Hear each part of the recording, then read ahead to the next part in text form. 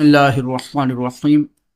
बहुत सारे नमाजी ऐसे होते हैं कि जो सालों से नमाज पढ़ रहे होते हैं, लेकिन कुछ गलतियों की वजह से उनकी नमाज तबाह हो रही होती है। कि जब हम सजदे में जाते हैं तो दोनों पाँव की तीन तीन उंगलियों का पेट ज़मीन से लगना ये वाजिब है। बाहर शरीयत में मुफ्ती अमजद इलियास आज़मी साहब ने पहली जिल्द के अंदर इसको नकल किया है। पेट कहते उस हिस्से को कि जब हम खड़े होते तब वो ज़मीन पर लगता है।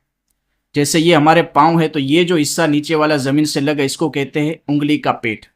तो जब सजदे की हालत में होते तो तीन तीन उंगलियों का पेट ये ज़मीन से लगना वाजिब है। अगर नहीं लगाएगा जानबूझकर तो उस नमाज को फिर से पढ़ना वाजिब है। और अगर भूल से छूट गया, किसी सजदे में जल्दबाजी की वजह से तीन तीन उंगलियां दोनों पाँव की नहीं लगी, यानी टोटल 6 उंगली, दाएं पाँव की 3, बाएं पाँव की 3, तो ये तीन तीन उंगली नहीं लगी तो उस नमाज में आखिर में सजदे सहव करना वाजिब है। बहुत सारे नमाजियों को देखा गया है, हालांकि हम चेक नहीं कर रहे होते, लेकिन चूंकि इमामत का शोबा होता है, जब पीछे नमाज पढ़ रहे होते आगे कोई ना कोई होता है, उस पर नज़र पड़ जाती है तो पता चलता है कि भाई इससे ये गलती हो रही है।